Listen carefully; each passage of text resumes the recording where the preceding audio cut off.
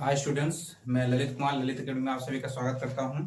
आज हम फिर से हाई स्कूल का मैथ लेकर आए हैं। कुछ क्वेश्चन आपके सामने हैं और आप लोगों का जो है पेपर नजदीक आ रहा है। 2 दिन और बचे हैं आपके पास, तो आप लोग आ जाइए। देखते हैं फिर से कुछ क्वेश्चन हमारे पास हैं। तो हम देखेंगे, पहला क्वेश्चन हमारा है, एक बेलन के आधार का क्षेत्रफल 16 पाई वर्ग सेंटीमीटर है। कह रहे हैं आधार की त्रिज्या ज्ञात कीजिए। बिना समय गंवाए हम लोग देखते हैं। तो हमारा है एक बेलन के आधार का क्षेत्रफल, हमको दे रहे हैं कि 16 पाई है और कह रहे हैं इसकी आधार त्रिज्या निकालना है। तो आपको पता है कि बेलन के आधार का जो क्षेत्रफल होगा, बेलन के आधार का क्षेत्रफल जो सूत्र होता है हमारा, वो होता है पाई आर स्क्वायर बराबर, यहाँ पर टोटल लग जाएगा 16 पाई। आपका सूत्र होता है पाई आर स्क्वायर और इसका जो वैल्यू दी गई है वो दी गई है 16 पाई। अब यहाँ देखेंगे हम, पाई आर स्क्वायर बराबर यहाँ मिलता है हमें 16 पाई। पाई से आपका पाई कैंसिल हो जाएगा और इधर मिलेगा आपको आर स्क्वायर की वैल्यू दी गई है यहाँ पर 16। अब यहाँ जब आर निकालेंगे तो हमें मिलेगा यहाँ 4 सेंटीमीटर। तो यहाँ इसकी जो त्रिज्या आई वो कितनी आ रही है आपकी, 4 सेंटीमीटर। अगर इसके व्यास की बात करते हैं, आधार का व्यास निकालना हो तो व्यास बराबर होता है 2 गुणे त्रिज्या। जो व्यास होगा हमारा वो क्या होगा, 2 गुणे त्रिज्या। तो व्यास यहाँ हो जाएगा 2 गुणे और त्रिज्या का वैल्यू है 4, इसे इंटू करेंगे तो हमें मिलेगा 8 सेंटीमीटर। तो बेलन का जो व्यास निकल कर आएगा वो 8 सेंटीमीटर आएगा और जो त्रिज्या है वो क्या है आपकी, 4 सेंटीमीटर है। अगला क्वेश्चन हम देखते हैं, ज्ञात कीजिए कि रेखिक समीकरण का युग्म 2x - 3y बराबर 8 तथा 4x - 6y बराबर 9 संगत है या असंगत है। इसमें संगत और असंगत की बात कर रहे हैं। तो जब संगत और असंगत की बात करते हैं तो हम लोग जो है देखते हैं कि हमारा ये समीकरण समांतर है, कि अद्वितीय हल होगा यानी प्रच्छेदित होता है, कि आपका संपाती है। तो इसी पर निर्भर करता है संगत या असंगत। तो हम क्या लिखते हैं, पहले लिखते हैं हम 2x - 3y = 8 समीकरण 1 मान लेते हैं और अगला मिल जाता है हमें 4x - 6y बराबर 9 समीकरण 2।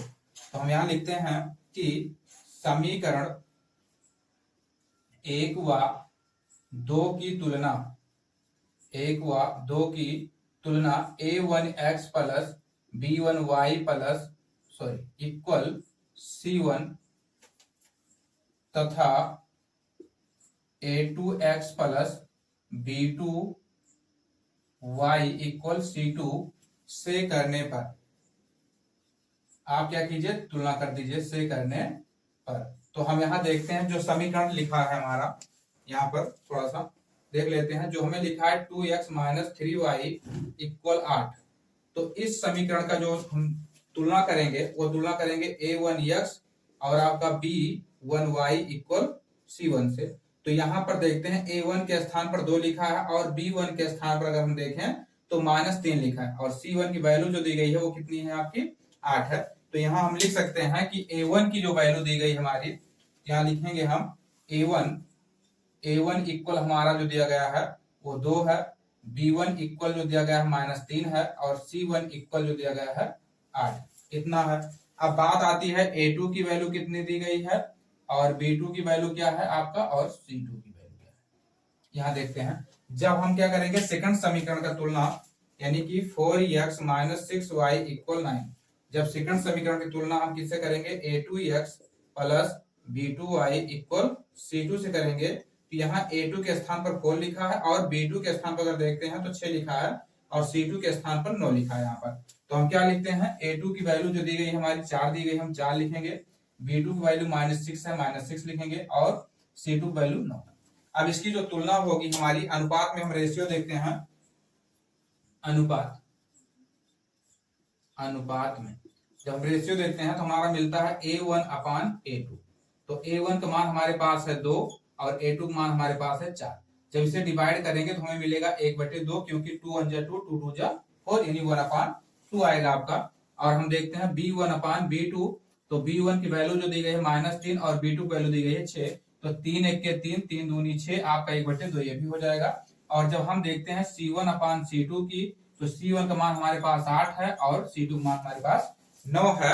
तो हम जब रेशियो देखेंगे तो अब हम तुलना कर लेते हैं कि हमारा जो अनुपात है, अनुपात में क्या इक्वल है कि नहीं है यहाँ पर।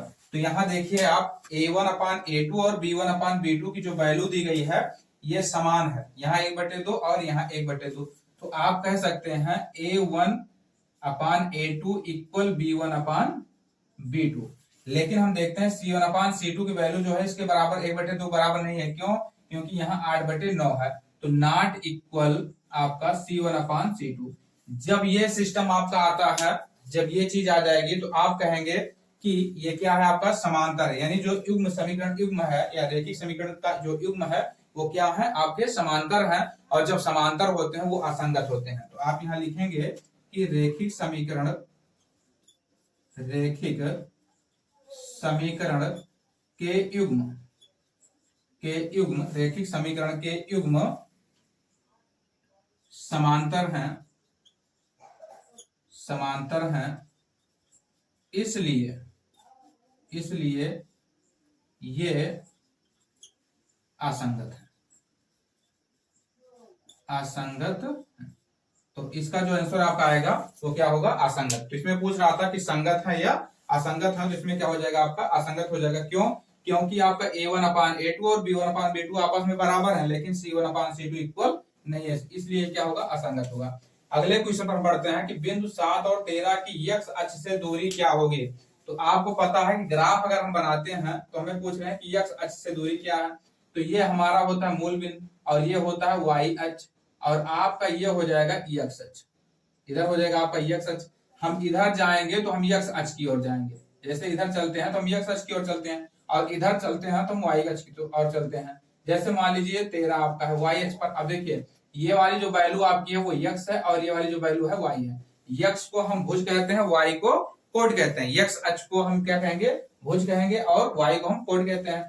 अब यहाँ देखते हैं, कह रहे हैं कि x अक्ष से दूरी, तो यहाँ x अक्ष है तो x अक्ष से या तो आप दूर इधर जाएंगे या तो फिर दूरी नीचे की ओर आएंगे, यानी या तो आप y अक्ष की ओर या फिर y डैश अक्ष की ओर आप चलेंगे। तो अब हमें देखिए, अब नीचे की ओर तो आएंगे नहीं। क्यों? क्योंकि आपका जो y की वैल्यू दी गई है वो पॉजिटिव है। अब पॉजिटिव है तो क्या हो जाएगा आपका ऊपर, तो हम यहाँ लिखेंगे x अक्ष से दूरी, x अक्ष से जो दूरी है वो आपकी क्या है, 13 है। अगर इसी को कहते हैं y अक्ष से दूरी क्या है, y अक्ष से दूरी, तो y अक्ष से दूरी जो होगी वो क्या होगी आपका, वो h जो है आपका x का मान होगा, यानी कि भुज का मान होगा। तो यहाँ कितना आपका 7 है, तो आप क्या हो जाएगा, यहाँ 7 है, आपका ये होगा 13 और इसका हो जाएगा 7। तो आपको मिला कि बिंदु x अक्ष से दूरी क्या है आपकी 13 हो जाएगी, और y अक्ष से दूरी अगर बात करते हैं तो 7 हो जाएगी। तो आप लोग इसे नोट करना नोट कीजिए, उसके बाद हम अगले क्वेश्चन की ओर चलते हैं।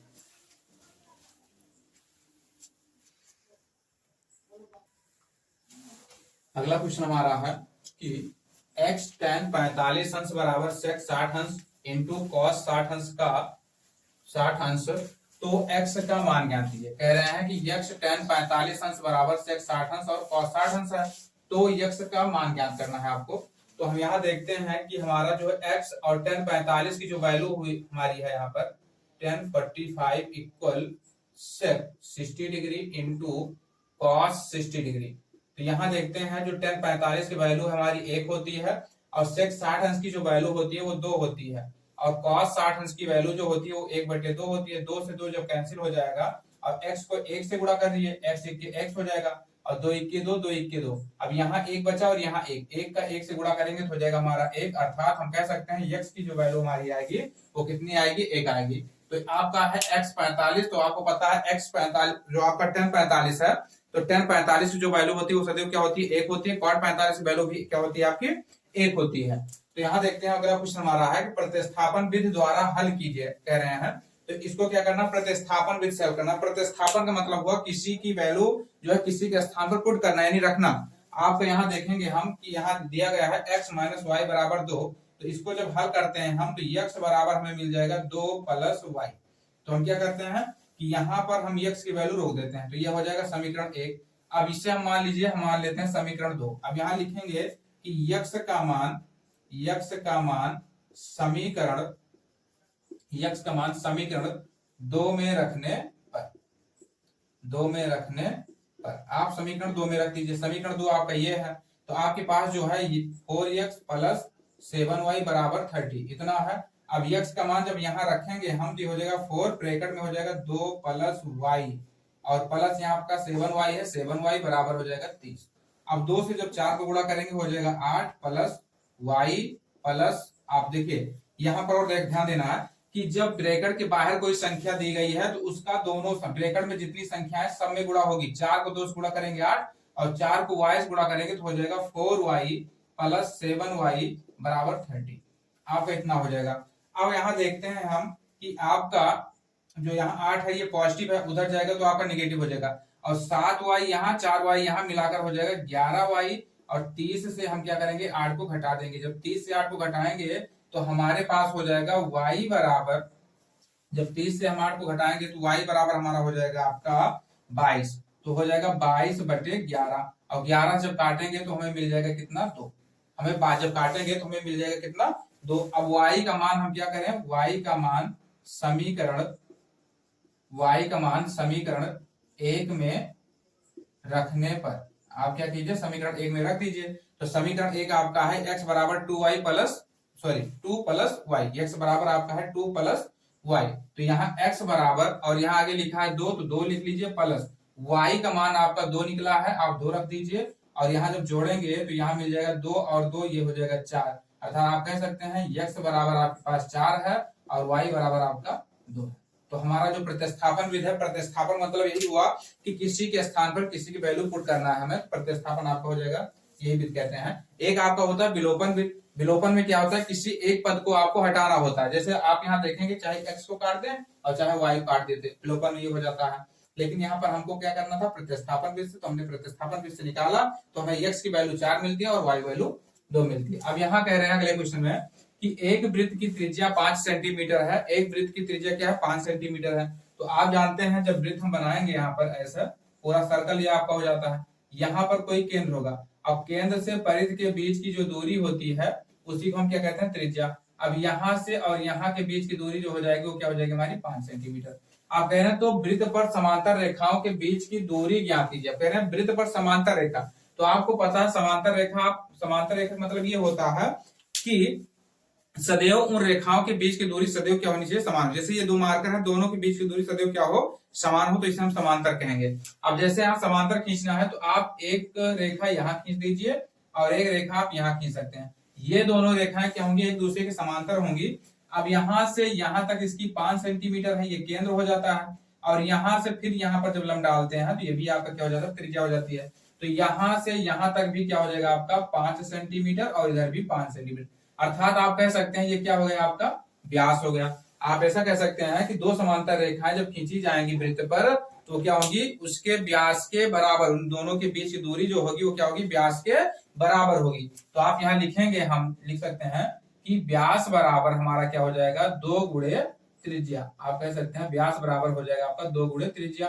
तो 2 गुणे त्रिज्या का मान 5 है और यहाँ हो जाएगा आपका 5 दूना 10। अर्थात आप कह सकते हैं कि दोनों समांतर रेखाओं के बीच की दूरी अधिकतम जो होगी वो क्या होगी 10 सेंटीमीटर होगी। तो यहाँ पर आपका क्या होगा 10 सेंटीमीटर, इसका राइट आंसर होगा आपका 10 सेंटीमीटर। यहाँ इतना हो जाता है।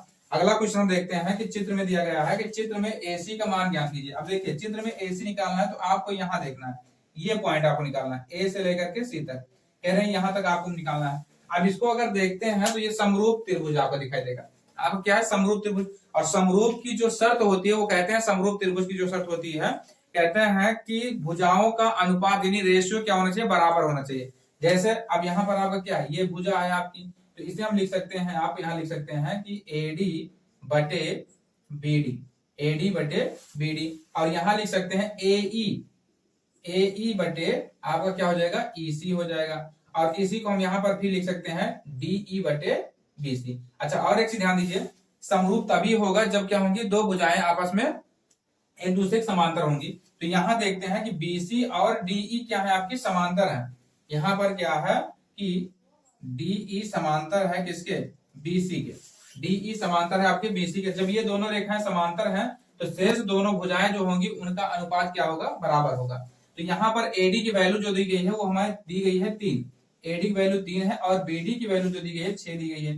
AE की वैल्यू 4 है और EC की वैल्यू आपके पास नहीं है तो आप लिखेंगे यहाँ पर EC, ऐसे लिख लीजिए। अब देखें यहाँ पर 3 इक्के 3, 3 दूना 6, आप हो जाएगा 1/2 बराबर 4/EC। और यहाँ देखेंगे हम कि ईसी को 1 से गुणा करेंगे तो हो जाएगा हमारा ईसी, और 2 को जब 4 से गुणा करेंगे तो हो जाएगा हमारा कितना 8। तो हमारा यहाँ हो जाता है 8 सेंटीमीटर।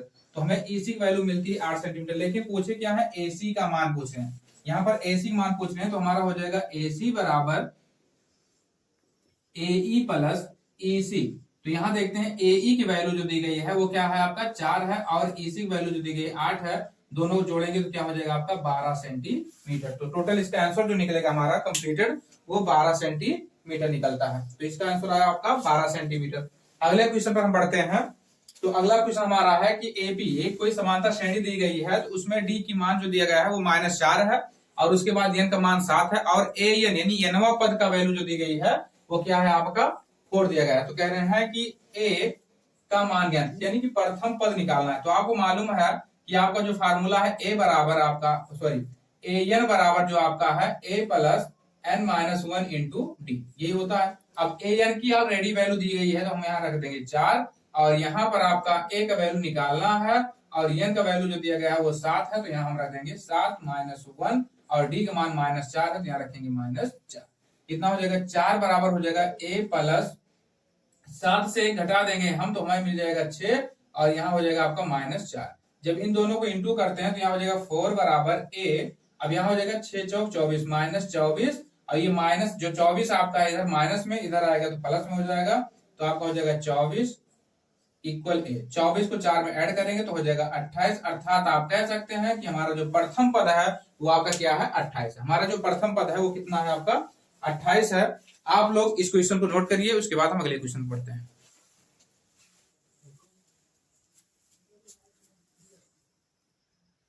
आप लोगों ने नोट किया होगा इसे, तो हम अगले क्वेश्चन पर पढ़ते हैं। हमारा जो अगला क्वेश्चन होगा उसे देखते हैं।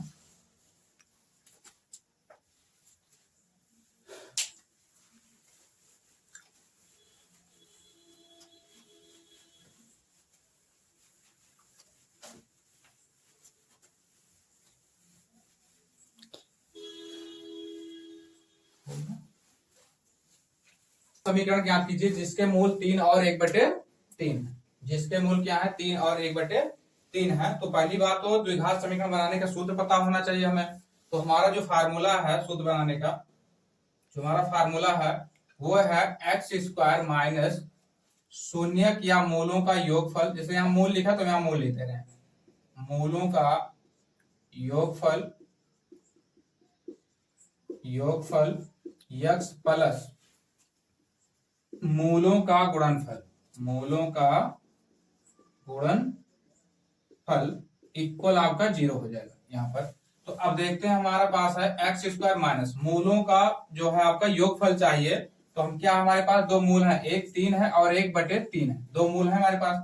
तो 3 प्लस 1/3 यहाँ हो जाएगा, पीछे x लगा लीजिए। गुणनफल चाहिए 3 गुणे 1/3 हो जाएगा, बराबर आपका हो जाएगा 0।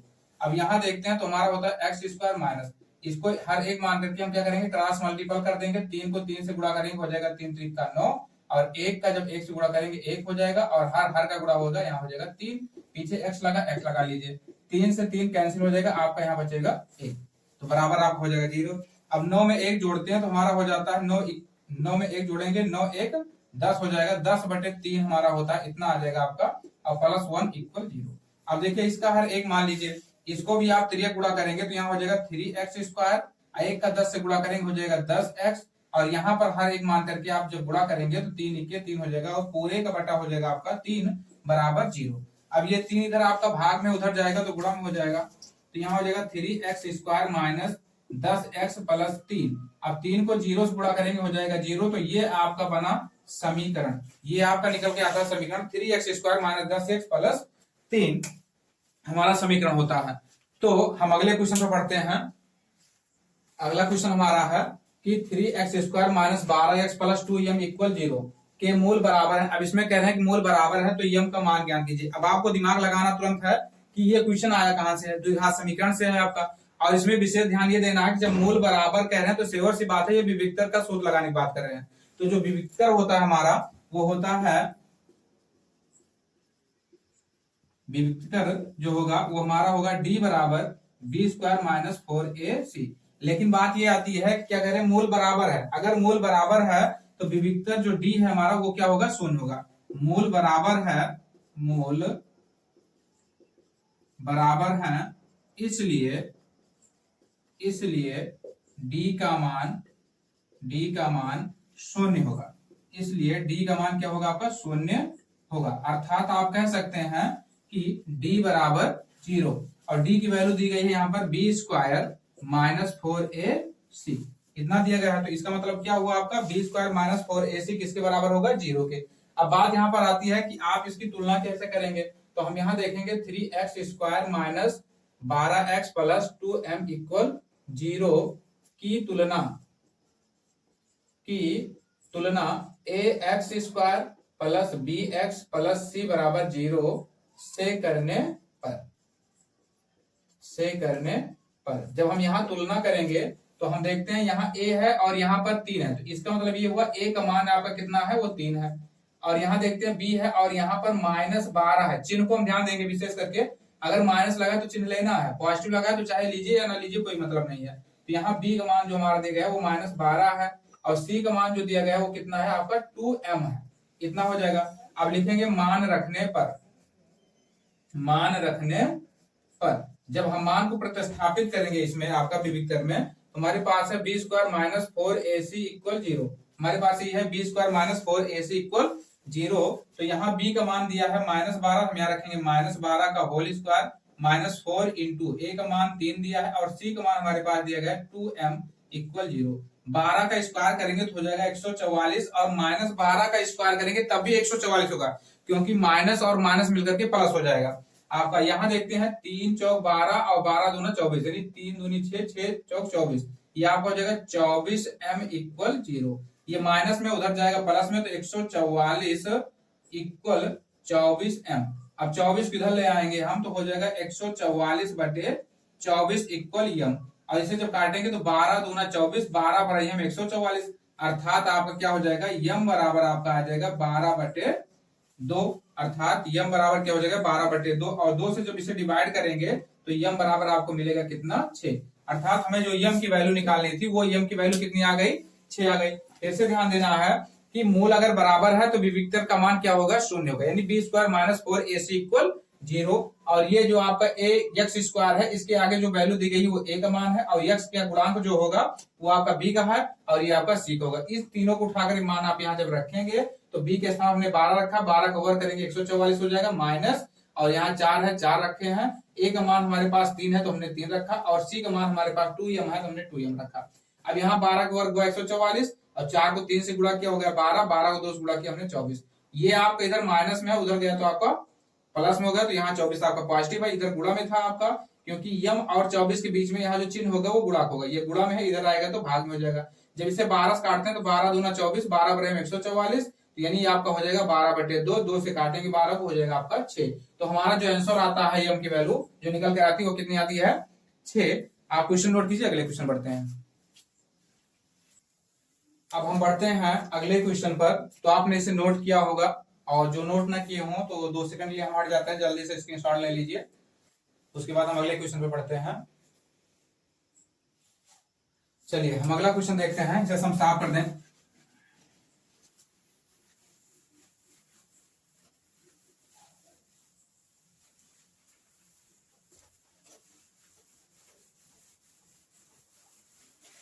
चलिए अगला क्वेश्चन हमारा है कि 11वां क्वेश्चन 1/x प्लस 4 हमें दिए हैं कि 1/x प्लस 4 माइनस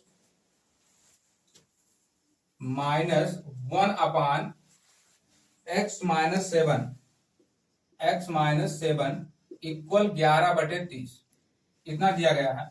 11 बटे 30 इतना दे रहे हैं और कह रहे हैं कि इसमें x की वैल्यू निकालना है। आपको क्या करना है? x की वैल्यू निकालना है। तो हमें x की वैल्यू निकालेंगे। हमें थोड़ा क्वेश्चन लिखने में नोट देर लगती है क्योंकि हमारा डिजिटल बोर्ड तो नहीं, हमारा सुपर डिजिटल बोर्ड है, इसलिए थोड़ा समय लग जाता है। तो हम चलते हैं अगले क्वेश्चन पर अपने। तो हमारा क्वेश्चन है कि 1/x plus 4 minus 1/x minus 7 equal 11 बटे 30। हम क्या करेंगे? पहले इनको क्रॉस मल्टीपल करा देते हैं, गुणा करा देते हैं। x माइनस 7 को 1 से गुणा कराएंगे तो हो जाएगा x माइनस 7, आपका इतना हो जाएगा। और जब इसको हम यहां से गुणा कराएंगे तो हमारा हो जाएगा x प्लस 4 इतना हो जाएगा। और इसको जब गुणा कराते हैं हम यहाँ पर तो ये हमारा हो जाएगा x प्लस 4 और हो जाएगा x माइनस 7, यहाँ हो जाएगा 11/30। आपको ध्यान देना है कि क्रॉस मल्टीपल जब करते हैं हम, क्रॉस मल्टीपल जब हम करते हैं तो विशेष करके ध्यान देना है कि क्रॉस गुणा करने के बाद हर और हर का भी गुणा होता है। क्रॉस गुणा करने के बाद क्या होगा आपका, हर और हर का भी गुणा होगा दोनों में, तो इसको और इसको। लेकिन ये ध्यान देना है कि बराबर के उधर होगा तो नहीं होगा, क्योंकि बीच में माइनस लगा, इसलिए इन दोनों, या माइनस लगा हो या प्लस लगा हो तो आप हर और हर का गुणा करेंगे। लेकिन यहाँ बराबर है तो ये नहीं करना है कि 30 को इन दोनों से गुणा करना है, नहीं, ऐसा नहीं होगा, आपको इधर ध्यान देना है बस। अब चलते हैं, हम हल करते हैं। तो हमारा लिखा है x माइनस 7, जब हम ब्रैकेट ओपन करेंगे तो ये हो जाएगा x प्लस 4 अपान, इन दोनों गुणा कराएंगे तो x का x से गुणा करेंगे हो जाएगा x स्क्वायर, x का 7 से गुणा करेंगे हो जाएगा 7x, और आपका जो है 4 से x का गुणा करेंगे तो हो जाएगा 4x, और प्लस माइनस मिलकर के माइनस हो जाएगा, और 7 चौक कितना हो जाएगा आपका 28, और यहाँ हो जाएगा 11/30। अब यहाँ देखते हैं x आपका पॉजिटिव है, ये वाला नेगेटिव है, तो x से x क्या हो जाएगा आपका, घट जाएगा, हो जाएगा 0। और यहाँ पर आप देखेंगे गलती हुई हमसे, अगर ब्रैकेट के आगे माइनस लगा है तो ब्रैकेट के अंदर का चिन्ह क्या होगा, बदल जाएगा आपका। ब्रैकेट के बाहर अगर क्या होगा आपका माइनस है तो अंदर का चिन्ह क्या हो जाएगा, बदल जाएगा, क्योंकि जब माइनस से गुणा करेंगे तो चिन्ह कन्वर्ट हो जाता है। अब देखिए यहाँ -7 है और यहाँ -4 है, इन दोनों गुणा करेंगे, सॉरी जोड़ेंगे, माइनस माइनस प्लस, 7 4 11 हो जाएगा, और यहाँ मिलेगा हमें x स्क्वायर, यहाँ पर मिलेगा हमको x स्क्वायर, और यहाँ 7 से जब 4 घटाएंगे तो हमें मिलेगा 3x और माइनस 28 बराबर क्या हो जाएगा 11/30। अब जब इसे हम क्या करेंगे, गुणा करेंगे 30 को यहाँ से, तो -11 गुणे 30 -11 गुणे 30 इक्वल आपका 11x square minus 3x minus 28, इतना आता है। अब देखिए यहाँ पर ध्यान दीजिए, ये माइनस आपका क्या है, चाहे इधर वाला देख लीजिए, ये आपका यहाँ गुणा में इधर आएगा तो भाग में हो जाएगा 11 गुणे 30 बटे आपका हो जाएगा 11 बराबर यहाँ हो जाएगा x square minus 3x minus 28, इतना हो जाएगा। 11 से 11 हम काट देंगे तो हमें यहाँ मिलेगा -30 बराबर x square minus 3x minus 28, कितना हो जाएगा। अब देखते हैं यहाँ माइनस, इधर आपका माइनस जो 30 है इधर माइनस में उस साइड में जाएगा तो आपका हो जाएगा प्लस में, तो यहाँ इधर बचेगा हमारा 0, और यहाँ हो जाएगा x square minus 3x minus 28 plus 30, तो यहाँ हो जाएगा 0 बराबर x स्क्वायर माइनस 3x, 30 से 28 घटाएंगे तो हमारा आएगा +2, अर्थात हम इसे लिख सकते हैं x square minus 3x plus 2 equal 0। अब इसका क्या करना है आपको, गुणनखंड करना है आपको। तो क्या लिखा है आपका, यहाँ पर 2 लिखा है, गुणा कीजिए 2 है, प्लस लगा है, जोड़ने पर 3 है, तो हम देखते हैं तो x स्क्वायर माइनस 2 × 2 प्लस 1 आपका हो जाएगा इतना, और यहाँ पीछे x लगा तो x लगा लीजिए, बराबर आपका हो जाएगा 0। जब x का इंटू करेंगे तो यहाँ पर हो जाएगा x square minus 2x minus x plus 2 बराबर 0। अब यहाँ पर हम क्या करेंगे, x कॉमन लेंगे तो यहाँ हमारा बचेगा x, और यहाँ बचेगा आपका 2, और इन दोनों में हम 1 कॉमन लेंगे आपका -1, तो यहाँ x माइनस 2 बराबर 0। ये ब्रैकेट और ये ब्रैकेट पुनः देखिए कॉमन दिख रहा है दोनों में, ये पहला स्टेप हो जाएगा, ये दूसरा स्टेप हो जाएगा, दोनों स्टेप में क्या है, x माइनस 2 कॉमन है, तो आप क्या करेंगे, यहाँ पर x माइनस 2 कॉमन ले लीजिए, और यहाँ बचा आपका x, और यहाँ बचा 1 बराबर 0। अब यहाँ हो जाएगा x माइनस 2 बराबर 0 और कामा x माइनस 1 बराबर 0। अब ये माइनस में उस साइड में जाएगा आपका प्लस में हो जाएगा आपका, तो यहाँ हो जाएगा 2, और ये भी माइनस में उधर जाएगा तो आपका क्या हो जाएगा प्लस, अर्थात हम कह सकते हैं x का मान 2 और हमें क्या मिला, 1 मिला। तो x का मान जो हमें मिल रहा है वो क्या मिल रहा है, 2 और 1 मिल रहा है। तो सबसे पहले ध्यान देना है आपको, क्या करेंगे, क्रॉस गुणा कराएंगे, उसके बाद इसे हल करेंगे तो यहाँ आपको 11 मिलेगा, और इन दोनों हर और हर का गुणा कराएंगे तो हमें मिलेगा x square minus 3x minus 28, इधर 11/30 आपका है। तो क्या करेंगे, ये वाला जब यहाँ को क्रॉस गुणा कराएंगे तो यहाँ 11 बच जाएगा, ये 11 इधर गुणा हो गया, इधर भाग में आएगा, 11 से 11 हम क्या करेंगे, कैंसिल कर देंगे, तो हमें मिलेगा कितना, 30। उसके बाद हम क्या करेंगे, गुणनखंड कर लेंगे, उसके बाद हमें जो आंसर मिलेगा वो मिले आएगा जो है 2, 1।